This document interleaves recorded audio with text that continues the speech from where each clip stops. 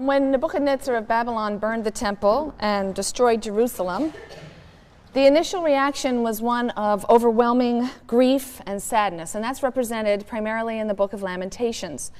It's a very short book of dirges that laments the loss of Jerusalem as the death of a beloved person. And it's traditionally attributed to Jeremiah. The Bible itself doesn't make this claim. It's an old tradition. It may have arisen, however, because of all of the prophets. Jeremiah is the one who reveals the most to us about his personal suffering and grief, and because he was present as an eyewitness at the destruction.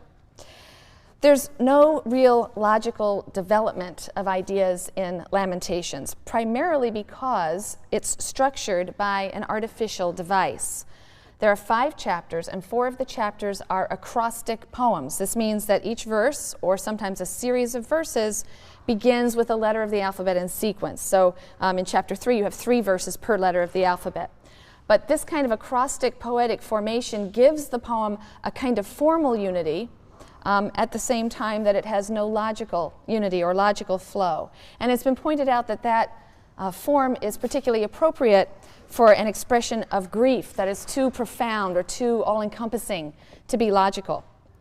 The lamentations over Jerusalem resemble very much David's lamentations over Saul. The mourner spends time contrasting the former splendor of the beloved to his or her present state.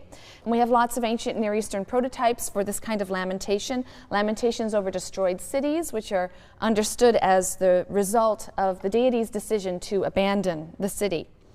And in Lamentations, we're given a very detailed picture of the great suffering that accompanied the final collapse.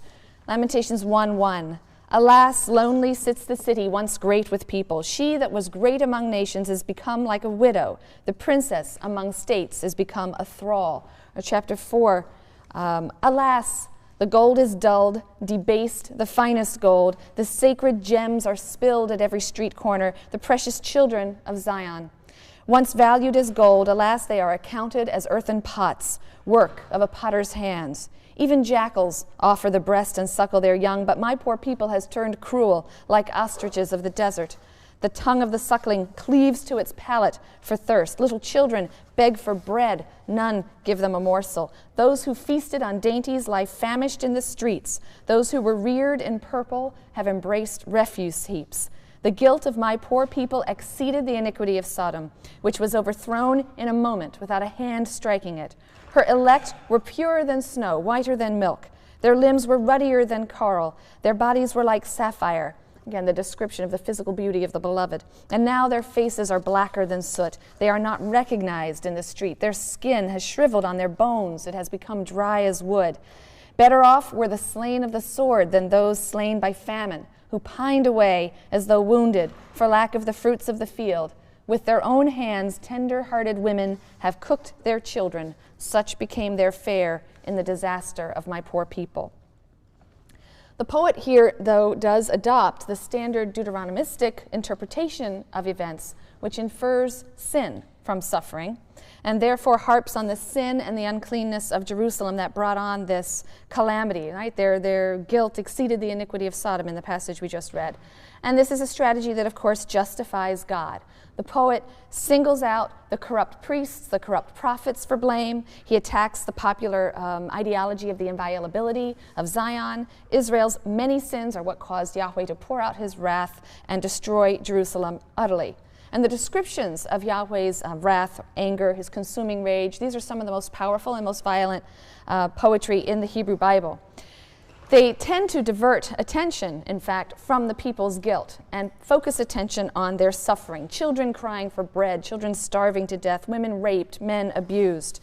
In chapter 3, the poet switches into the first person. So Jerusalem is speaking like one who's pursued and abused, beaten by an angry and violent master. Chapter 3, I am the man who has known affliction under the rod of his wrath. Me he drove on in unrelieved darkness. On none but me he brings down his hand again and again without cease. He has worn away my flesh and skin. He has shattered my bones. All around me he has built misery and hardship. He has made me dwell in darkness like those long dead. He has walled me in and I cannot break out. He has weighed me down with chains, and when I cry and plead, he shuts out my prayer. He has walled in my ways with hewn blocks. He has made my paths a maze. He is a lurking bear to me, a lion in hiding. He has forced me off my way and mangled me. He has left me numb. A remarkably violent passage. And in another remarkable passage, the poet describes God as refusing to hear the prayers of Israel. He no longer can forgive. He simply has to punish. This is in chapter 3 as well, verses 42 to 45. We have transgressed and rebelled, but you have not forgiven. You have clothed yourself in anger and pursued us. You have slain without pity. You have screened yourself off with a cloud that no prayer may pass through.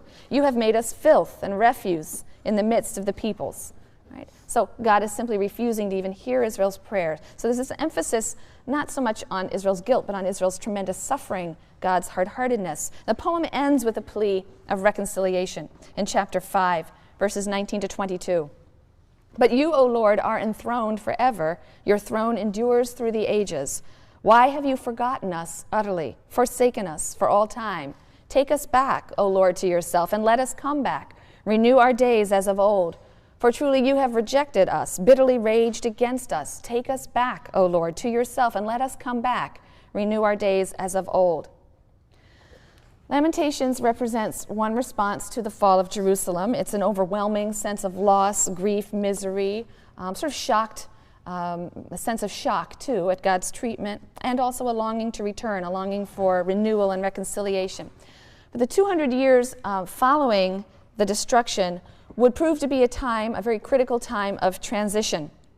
And Israelite literature in this period reflects the Israelites' struggle with the philosophical and religious challenge of the destruction.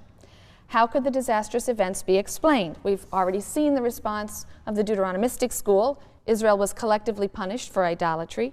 We've seen that history simply reflects justice on a national and international level in this view. We've also seen the response of Ezekiel. He promoted the idea of a continued relationship with God in exile and was awaiting a fantastic restoration, a redesign of human nature. We've seen the response of 2nd Isaiah, which emphasizes the universal significance of Israel's suffering, universal mission for Israel. For both Ezekiel and the author of 2nd Isaiah, Israel's suffering is serving a purpose in the divine plan. It's necessary. Israel needs purification and redemption, and that will prepare her for a new role in world history. But there are other responses as well, and they're found in the material that's collected in the 3rd section of the Hebrew Bible. That's the section referred to really as Ketuvim in Hebrew simply means writings, written things. So it's sort of a miscellany, a catch-all phrase. And the final portion of the course is going to be devoted now to that 3rd section. So Torah, Nevi'im, or prophets, and Ketuvim, or writings. Next time, I'm going to discuss the problem of dating many of the works that are in this 3rd section, the writings. For now, we'll suffice it to say that while some of the books in this 3rd section of the Bible may have predated the exile, they became canonical. They became authoritative for the community in the post-exilic period, and therefore served as a prism through which to view and come to grips with Israel's history. So we're going to turn today, first of all, to an examination of the 3 books that represent the wisdom tradition, what's referred to as the wisdom literature or wisdom tradition in ancient Israel. And the wisdom books of the Hebrew Bible are Proverbs, Job, and Ecclesiastes. Israelite wisdom literature belongs to a much wider and broad wisdom legacy or tradition in the ancient Near East.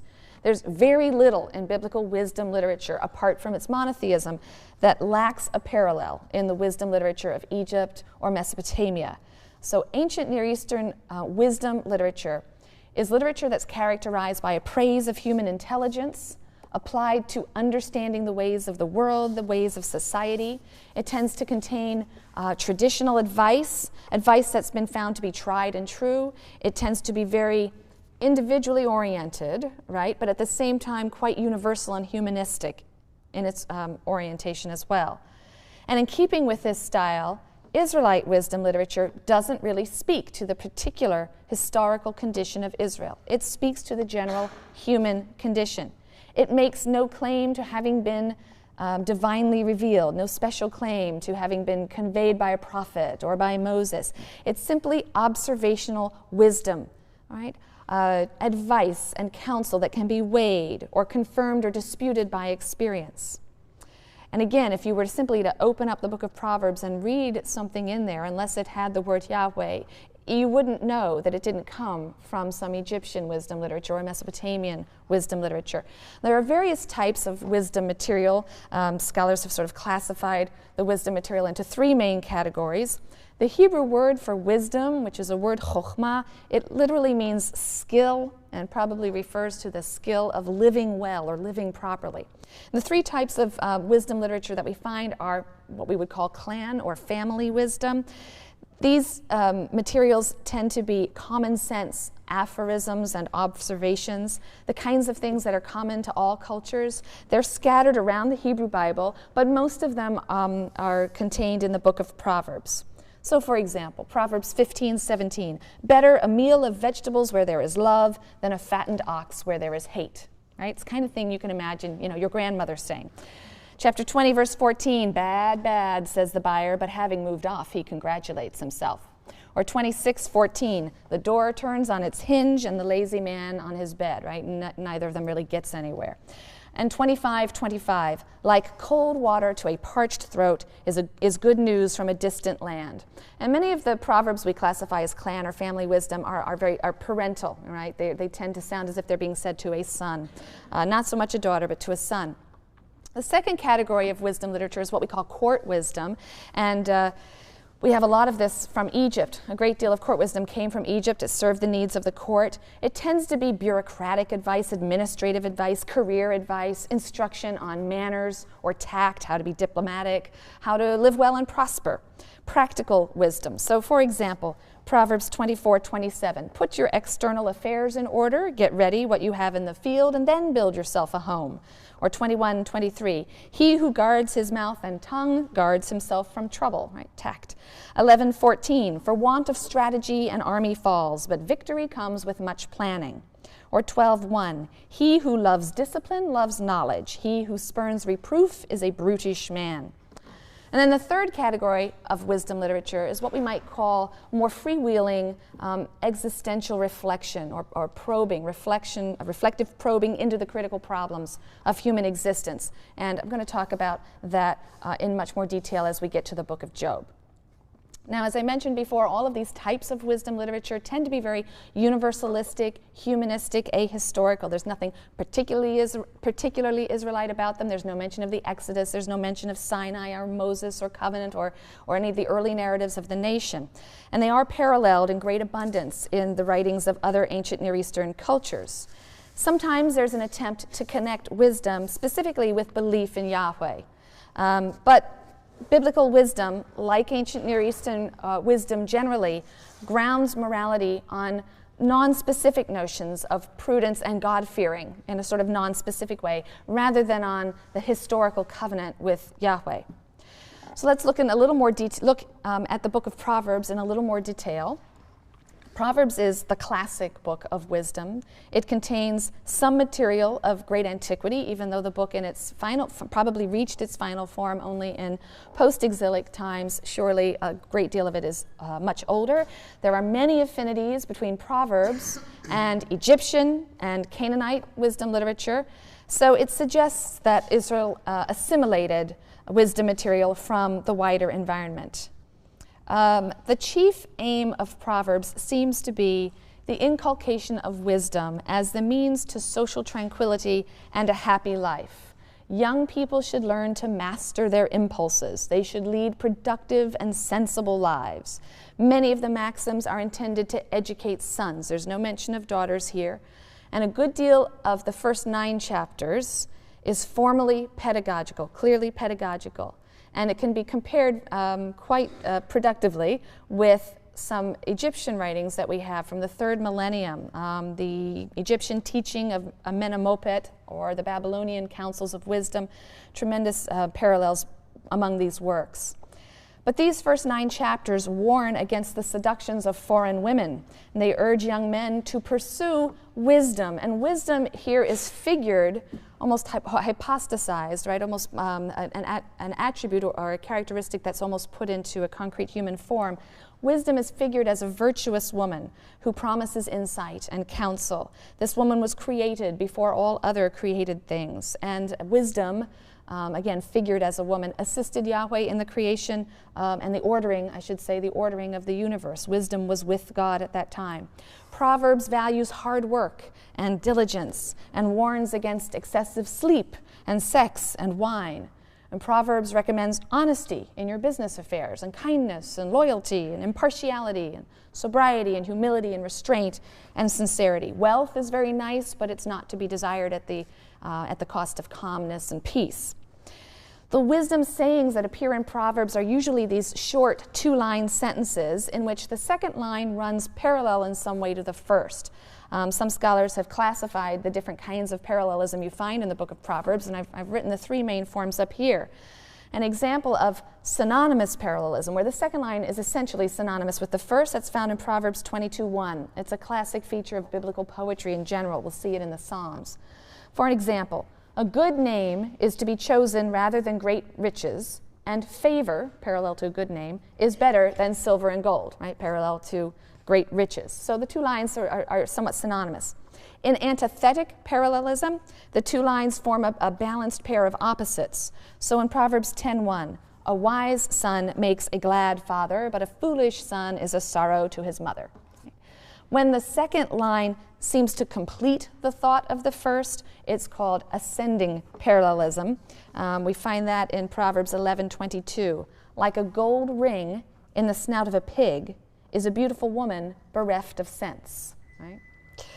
Another feature of Proverbs is that wisdom itself is established as a religious concept. It seems to have some religious value. Proverbs tries to link wisdom with reverence for God and obedience to God.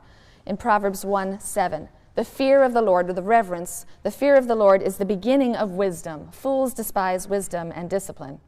Or chapter 3, verses 5-8, trust in the Lord with all your heart and do not rely on your own understanding.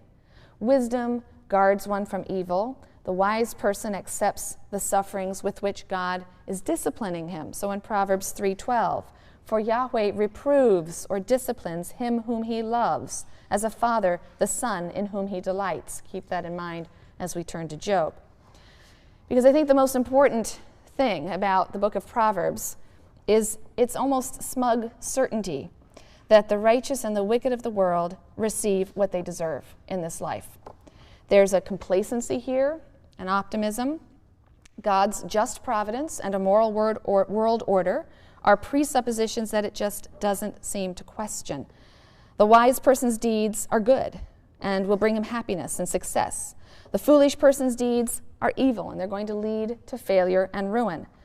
The key idea is that a truly wise person knows that the world is essentially coherent, it's ethically ordered, there are clear laws of reward and punishment that exist in the world. Proverbs 26, verse 27, he who digs a pit will fall into it, and a stone will come back upon him who starts it rolling. Or 13:6, righteousness protects him whose way is blameless, wickedness subverts the sinner. If the righteous suffer, then they're being chastised or chastened by God, just as a son is disciplined by his father, and he shouldn't reject this reproof. He should welcome it. And this insistence on the basic justice of the world and the power of wisdom or fear of the Lord to guarantee success and security was one strand of ancient Israelite thought. It reaches crystallization in the book of Proverbs. It was available as a response to or an explanation of the catastrophes that had befallen the nation. We've seen it at work in the Deuteronomistic school, unwilling to relinquish the idea of a moral God in control of history and preferring to infer the nation's sinfulness from its suffering and calamity. Better to blame the sufferer, Israel, and so keep God and the system of divine retributive justice intact. But it's precisely this formulaic and conventional piety that is challenged by 2 other remarkable wisdom books in the Bible, the book of Job and the book of Ecclesiastes. And in Job, we find the idea that suffering is not always punitive. It is not always a sign of wickedness. It's not always explicable. And this is the first of several subversions of fundamental biblical principles that we encounter in the book of Job. The book of Job, we really don't know its date. It's probably no earlier than the 6th century BCE, but scholars disagree, and there are portions of it that seem to reflect a very old and very ancient tradition. It's one of the hardest books of the Bible for moderns to read, and I think that's because its conclusions, to the degree that we can agree on what the conclusions might be, but its conclusions seem to fly in the face of some basic religious convictions. You have to allow yourself, I think, to be surprised, to open your mind, to allow yourself to take Job's charges against God seriously. After all, the narrator makes it clear that God does take them seriously. God nowhere denies Job's charges, and in fact, at one point, the narrator has God say that Job has spoken truly. So no matter how uncomfortable Job may make you feel, you need to understand his claims and not condemn him. Job is going to attack the optimistic conventional piety that is typified in the book of Proverbs. He's going to challenge the assumption that there is a moral world order. The issues that are raised in this book are twofold. First, why God permits blatant injustice and undeserved suffering and evil to exist in the world. And second of all, whether people will be virtuous when they are afflicted and suffering. In other words, are people righteous only because God will reward them for it, or are they righteous because of the intrinsic and inherent value of righteousness? Those are the two issues. Now, literarily, the book contains two primary elements. First, we have a prose story, and that provides a framework for the book. That's chapters 1 and 2, and then it returns in chapter 42 at the end of the book. And into this prose narrative, this prose framework, a large poetic section of dialogue and speeches has been inserted. Okay, so there are two main literary components. Now, the prose framework concerning a scrupulously righteous man named Job, afflicted by horrendous calamity, was probably a standard ancient Near Eastern folktale of great antiquity. The story isn't set in Israel. It's not about an Israelite. It's set in Edom. Job is an Eastern magnate who dwells in the country of Uz, not an Israelite, but the Israelite author has used this older ancient Near Eastern legend about a man named Job for his own purposes. The name Job, which in Hebrew is pronounced Eov, is sort of bivalent in meaning. It can mean enemy in Hebrew, by changing vowels around, but it's the root is the root for enemy, oyev. Or if we take it in Aramaic, it can mean one who repents, a repentant one. And as we're going to see, the name will be appropriate in both senses as the story progresses.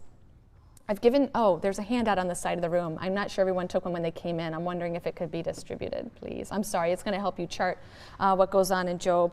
But this handout contains an outline of the book's structure on one side. So that's mapped out on one side. On the other side, I have some important verses and terms. But we'll see from the outline of the structure, chapters 1 and 2 have this prose prologue about the pious and prosperous Job and his devastation, which is the result of a challenge which is put to God. At the end of that prologue, so at the end of chapter 2, he has 3 friends who come to sit with him in silence for 7 days. Silence doesn't last very long because we move then into the large poetic section, and that extends from chapter 3 all the way to chapter 42, verse 7. All right, so you'll see that structure on the handout. There are many ways to map the structure of the book of Job. Your handout charts, I think, one of the more common and clearer representations. Looking now specifically at the poetic section. First, you have a dialogue between Job and his 3 friends that goes from chapter 3 to chapter 31, verse 40. And it can be divided into 3 cycles of speeches. Job opens each cycle. So the first speech in each cycle is by Job, and then his friends speak in a regular pattern. First Eliphaz with Job responding, and then Bildad with Job responding, and then Zophar. And you have this pattern of 6 speeches. It occurs 3 times, but in fact, the 3rd time, the reply by Zophar is omitted. And that deviation ensures that Job has the first and the last word. He has a summation speech in chapters 29 to 31. At first, the friends seek to comfort Job and to explain his suffering, but they become increasingly harsh, ultimately bearing a callous contempt for Job's condition. Now, this section closes with the long speech by Job, as I said, 29 to 31. He's lamenting the loss of his past pleasant life. He protests his innocence. He calls on God to answer. But then Elihu, this previously unannounced fourth friend, appears. He gives 4 speeches from chapters 32 to 37. He admonishes Job. He defends God's justice. And then this is followed by a poetic discourse between God and Job. God, who poses a series of rhetorical questions, and Job, who appears contrite. And that section also falls into 4 parts, rather like Elihu's speech. You have 2 long speeches by Yahweh, 2 short ones by Job. Finally, there's a concluding prose epilogue that vindicates Job. God criticizes Job's friends, and then in a rather unexpected happy ending, we have Job restored to his fortunes and finally experiencing a peaceful death. So let's look at the contents in greater detail now that we've reviewed the structure. The story opens by introducing us to Job. He's said to be a blameless and upright man. He fears God and he shuns evil. That is chapter 1, verse 1. So the moral virtue and innocence of Job is established in the opening line as a narrative fact, a non-negotiable narrative fact. And yet this Job is to become the victim of a challenge issued by the Satan in the heavenly council. I say the Satan deliberately, the Satan. The Satan is certainly not the devil. There's no such notion in the Hebrew Bible. The phrase the Satan occurs 4 times in the Hebrew Bible. Here, and in Numbers 22, and in Zechariah 3, the Satan is simply a member of the divine council, one of God's minions whose function it is to investigate affairs on earth and to act as a kind of prosecuting attorney. He has to bring evildoers to justice. And it's only in later Jewish and especially Christian thought that the term loses the definite article from the Satan, which means the prosecutor, essentially, the prosecuting attorney, and becomes a proper name, capital S, Satan, for an enemy or opponent of God. This later concept of Satan develops as a means of explaining evil without attributing it to God. But that isn't the function of the Satan here. He works for God. And when Yahweh boasts of his pious servant Job, the prosecuting angel wonders, as his portfolio requires him to do, whether Job's piety is sincere. Perhaps he's motivated by self-interest. Since he's been blessed with such good fortune and prosperity, he's naturally enough pious and righteous. But would his piety survive affliction and suffering?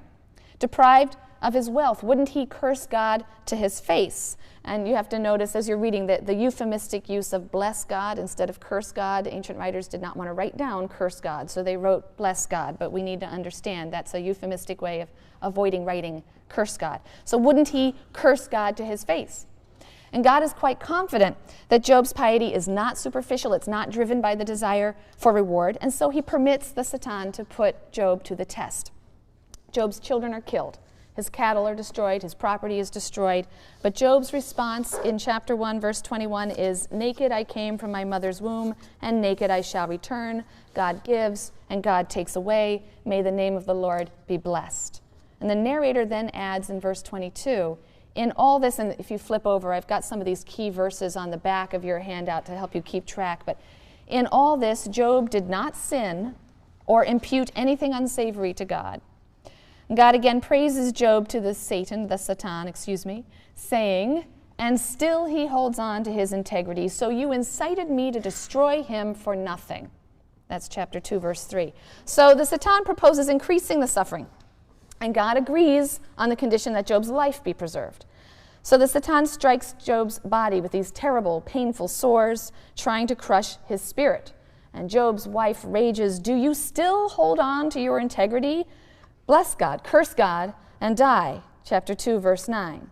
But still, Job will not sin. He will not curse God. He insists on remaining virtuous, and he responds, shall we receive good at the hand of God, and shall we not receive evil? So at first glance, it would appear that Job accepts his bitter fate. But note, after the first round of suffering, the narrator observed that in all this, Job did not sin with his lips or impute anything unsavory to God. But now he merely observes, in all this, Job did not sin with his lips. Not with his lips, perhaps, but in his heart did he impute unsavory things to God. And if we were to move directly to the conclusion of the folktale in chapter 42, if we jump from this point just to the conclusion in 42, verse 7 is where the conclusion begins, we would find that Job is rewarded fully for his patience and his steadfast loyalty, and his household and his belongings are restored to him twice over. The folktale standing alone could be read as the story of an innocent man tested who accepts his fate, he retains his faith, and he's rewarded. Standing alone, the tale appears to reflect the values and the conventional piety of the wisdom literature and of the Deuteronomistic school. But the folktale doesn't stand alone. The anonymous author of Job uses this earlier legend concerning the righteous man Job as a frame for his own purposes. And the hint at the end of the prologue that Job perhaps is beginning to impute unsavory things to God points forward to this extensive poetic dialogue that's following. And here are Job's unsavory accusations against God. Here we have a most impatient and furious Job who will charge God with gross mismanagement of the world and eventually deny the existence of a moral order altogether. So reading the book of Job is a fascinating exercise because the two types of material in the book, the prose frame and the poetic dialogue in the middle, they appear to be in tension. And yet, interwoven as they are now, they work together, and the one shapes our reading of the other. Our reception of the accusations of Job's friends in the poetic dialogue, our reception of those words is determined by the prose framework's assertion that Job is innocent. That's a non-negotiable narrative fact. And because of that fact of Job's righteousness, we know Job's friends are lying when they say Job must be suffering for some hidden sin. And we know that Job's self-defense, that he hasn't deserved the suffering, is correct. We're going to rehearse some of the arguments that are advanced in the central core, the poetic core of the book. And here, I think, a helpful guide through the arguments. There are lots of commentaries on the book of Job, but one commentary that I think is helpful in just sort of working through some of the arguments of the interlocutors is the analysis of Edwin Good. Although Job doesn't exactly curse God in his first speech, he does curse the day of his birth. And in a passage that alludes repeatedly to creation, Job essentially curses all that God has accomplished as creator of the cosmos. He wishes he were dead, and at this point, he doesn't even ask why this has happened to him. He only asks why he should be alive when he prefers death. And Eliphaz's reply is long and elaborate, and he seems to offer comfort. He seems to offer comfort until he injects a new element in the discussion, and that's the element of justice. Job hasn't mentioned the issue of justice at this point, but Eliphaz says, "Think now, what innocent man ever perished? Where have the upright been destroyed? As I have seen those who plow evil and sow mischief reap them." Chapter 4, verses 7 and 8. So Eliphaz is handing Job the standard line of biblical wisdom literature as exemplified by something like the book of Proverbs, belief in a system of divine retributive justice, right? That retribution is just.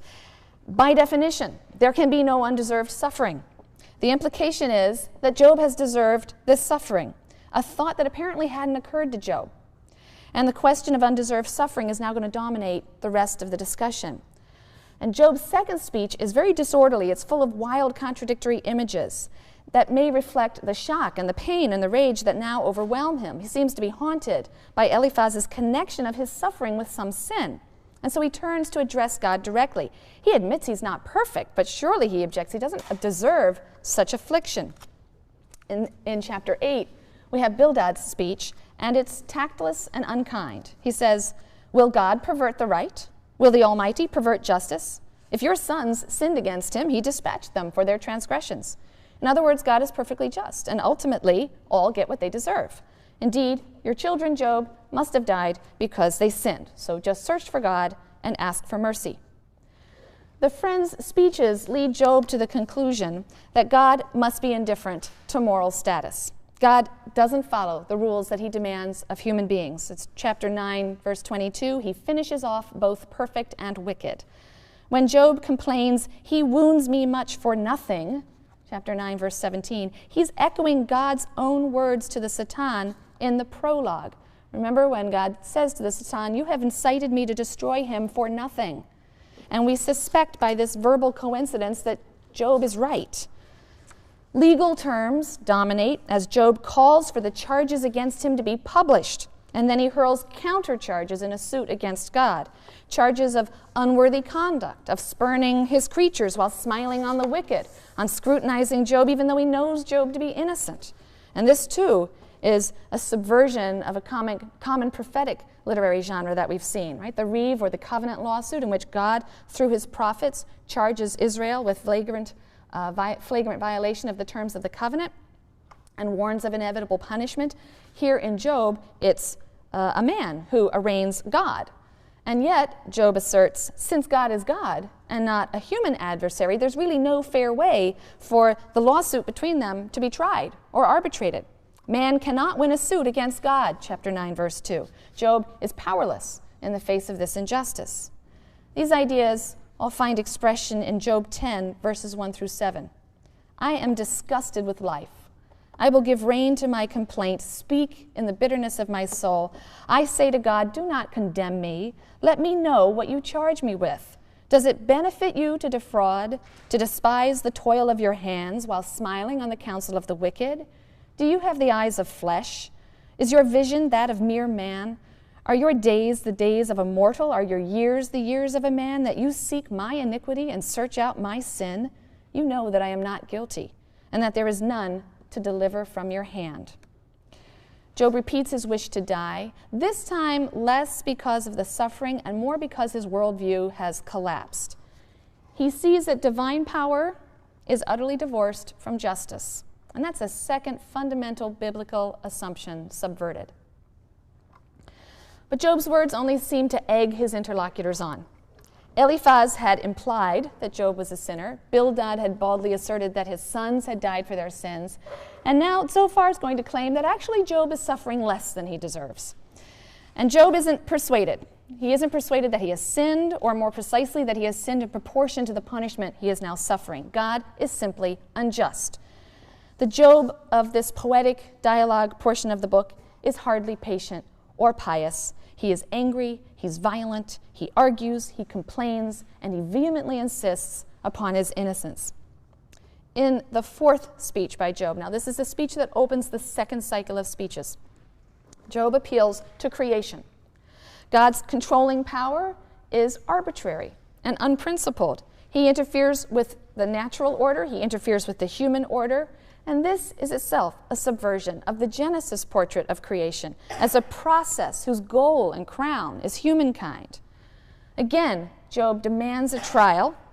He demands a trial in the widely quoted and mistranslated verse. This is Job 13, verse 15. He may well slay me. I have no hope, but I must argue my case before him. In other words, Job knows that he can't win, but he still wants his day in court. He wants to make his accusation of God's mismanagement. He wants to voice his protest, even though he knows it will gain him nothing. And in a pun on his name, Eov, Job asks God, why do you hide your face and treat me like an enemy, treat me like an oyev? 13, verse 28. In his second speech, Job fully expects to be murdered, not executed, but murdered by God, and hopes only that the evidence of his murder will not be concealed. He says in 16, verse 18, earth, do not cover my blood. And Job's third speech reiterates this desire, the desire that the wrong against him not be forgotten. Would that my words were written, would that they were engraved in an inscription with an iron stylus and lead, forever in rock they were incised. Chapter 19, verses 23 to 24. Job's three speeches in the second cycle become increasingly emotional, and for their part, the speeches of his friends in this cycle become increasingly cruel. Their insistence that suffering is always a sure sign of sin seems to justify hostility towards and contempt for Job. He's now depicted as universally mocked and humiliated and despised and abused. And one cannot help but see in this characterization of Job's friends, so-called friends, an incisive commentary on the callous human propensity to blame the victim, and to do so lest our tidy and comfortable picture of a moral universe in which the righteous do not suffer should come apart at the seams, as Job's has. Job opens the third cycle of speeches, urging his friends to look, to really see his situation, because if they did, they would be appalled. Job's situation, looked at honestly, requires the admission that God has done this for no reason and that the friend's understanding of the world is a lie. Job asserts baldly, there is no distributive justice, there's no coherent or orderly system of morality in this life or any other. There is no principle of afterlife, after all, in the Hebrew Bible. Chapter 21, verses 7 through 26. Why do the wicked live on, prosper, and grow wealthy? Their children are with them always, and they see their children's children. Their homes are secure, without fear. They do not feel the rod of God. Their children skip about. They sing to the music of timbrel and lute and revel to the tune of the pipe. They spend their days in happiness and go down to Sheol in peace. How seldom does the lamp of the wicked fail? Does the calamity they deserve befall them? You say God is reserving his punishment for his sons. Let it be paid back to him, that he may feel it. One man dies in robust health, all tranquil and untroubled. His pails are full of milk. The marrow of his bones is juicy. Another dies, embittered, never having tasted happiness. They both lie in the dust and are covered with worms.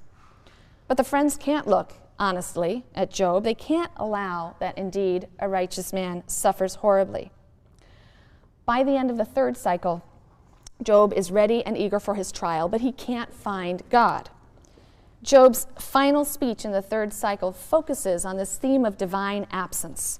God is irresponsibly absent from the world, and the result is human wickedness. So from the idea that God is morally neutral or indifferent, Job has moved to the implicit charge that God is responsible for wickedness. He rewards wickedness. He causes wickedness. By his absence, his failure to govern properly, he is both corrupt and a corrupter of others. If it is not so, he says, who will prove me a liar and bring my words to naught?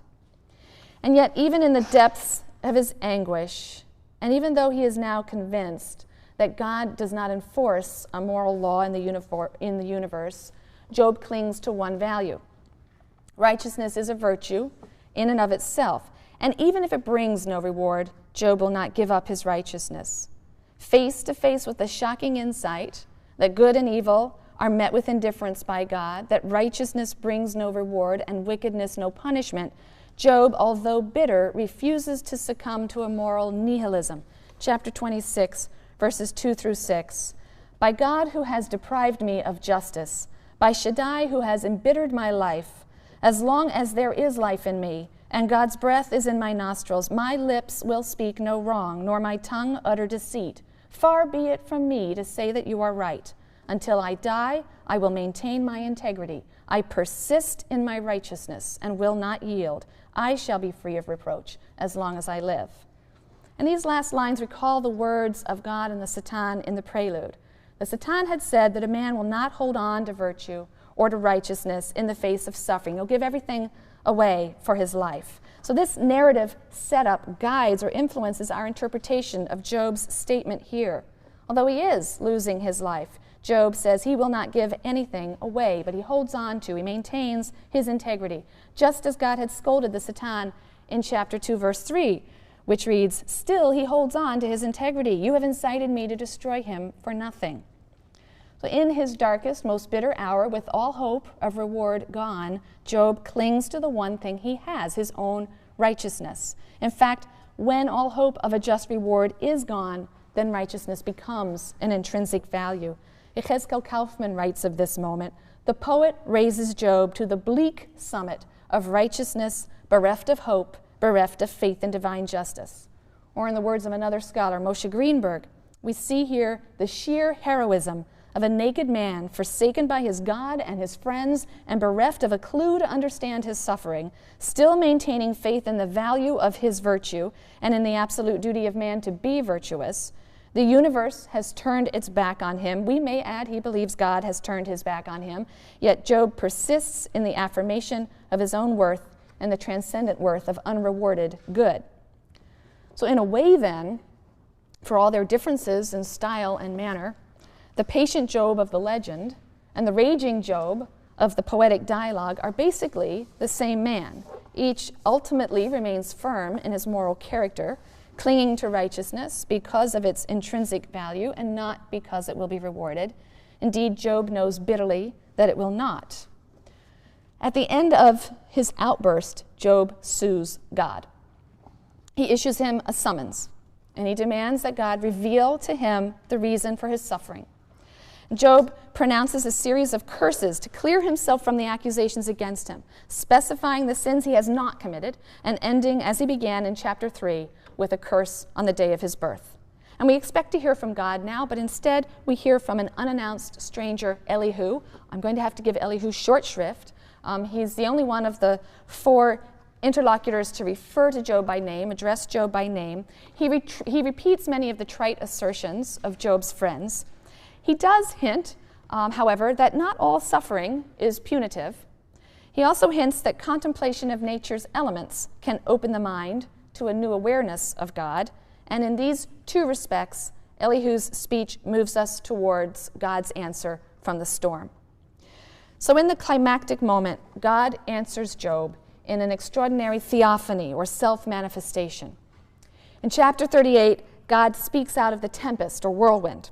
Who is this who darkens counsel, speaking without knowledge? Is he referring to Job, to Elihu, the 3 friends, all of them? God has heard enough. It's his turn to ask questions, the answers to which are clearly implied. These are rhetorical questions. Where were you when I laid the earth's foundations? Speak if you have understanding. Do you know who fixed its dimensions or who measured it with a line? You did, God. Have you ever commanded the day to break, assigned the dawn its place? Have you penetrated to the sources of the sea or walked in the recesses of the deep? No, no human has. And God continues with these rhetorical questions regarding the animals, their various powers and attributes. But one wonders what the purpose of all these questions is. One senses that they are irrelevant. Job has posed some very specific challenges to God. Why am I suffering? Is there a pattern to existence? Is God's refusal to answer these challenges a way of saying there is no answer?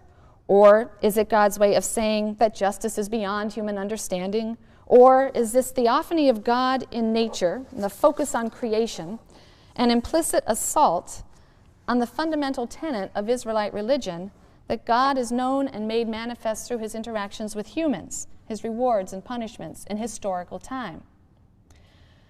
You'll recall that the monotheistic revolution is generally understood to have effected a break from mythological conceptions of the gods as indistinguishable from various natural forces limited by meta-divine powers and forces of the cosmos. The biblical God wasn't another ancient Near Eastern or Canaanite nature god ultimately, but a holy, transcendent power. He was figured this way in many parts of the Bible, known not through the involuntary and recurring cycles of nature, but through his freely willed and non-repeating actions in historical time. Such a view of God underwrites the whole system of divine retributive justice. Only an essentially good God who transcends and is unconstrained by mechanistic natural forces can establish and administer a system of retributive justice, dealing out punishment and reward in response to the actions of humans in time. Is the author of Job suggesting that history and the events that befall the just and the unjust are not the medium of revelation?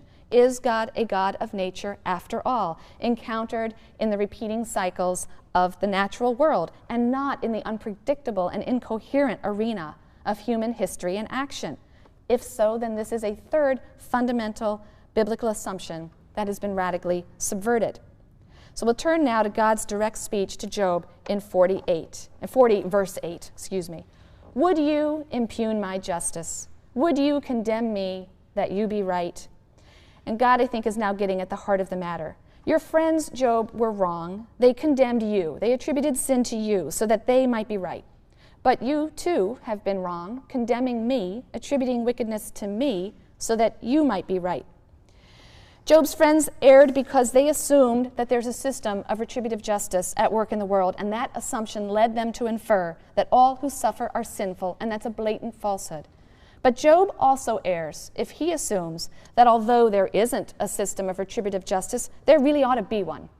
And it's that assumption that leads him to infer that suffering is the sign of an indifferent or wicked God, and that's equally a falsehood. Job needs to move beyond the anthropocentrism that characterizes the rest of Scripture and the Genesis 1 account of creation, according to which humankind is the goal of the entire process of creation.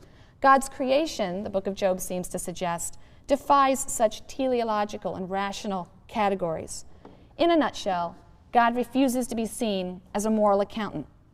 The idea of God as a moral accountant is responsible for two major errors: the interpretation of suffering as an indicator of sin, or the ascription of injustice to God. And in his final speech, Job confesses to a new first-hand knowledge of God that he lacked before. And as a result of this knowledge, Job repents. Therefore, I recant and relent, being but dust and ashes, chapter 42, verse 6. And here we see the other meaning of Job's name, one who repents, suddenly leap to the fore. What is he repenting of? Certainly not of sin. God has not upheld the accusations against Job. Indeed, he states explicitly in a moment that the friends were wrong to say he had sinned. But he has indicated that guilt and innocence, reward and punishment, are not what the game is all about. And while Job had long been disabused of the notion that the wicked and the righteous actually get what they deserve, he nevertheless had clung to the idea that ideally they should. And it's that mistaken idea that led him to ascribe wickedness to God, that Job now recants. With this new understanding of God, Job is liberated from what he would now see as a false expectation raised by the Deuteronomistic notion of a covenant relationship between God and humankind enforced by a system of divine justice. At the end of the story, Job is fully restored to his fortunes. God asserts he did no evil. And the conventional, impeccably Deuteronomistic view of the three friends is clearly denounced by God. He says of them, "They have not spoken of me what is right, as my servant Job has." For some, the happy ending seems anticlimactic, a capitulation to the demand for a happy ending of just desserts that runs counter to the whole thrust of the book. And yet, in a way, I think the ending is superbly fitting. It's the last in a series of reversals that subverts our expectations. Suffering comes inexplicably, so does restoration. Blessed be the name of the Lord. God doesn't attempt to justify or explain Job's suffering, and yet somehow by the end of the book, our grumbling,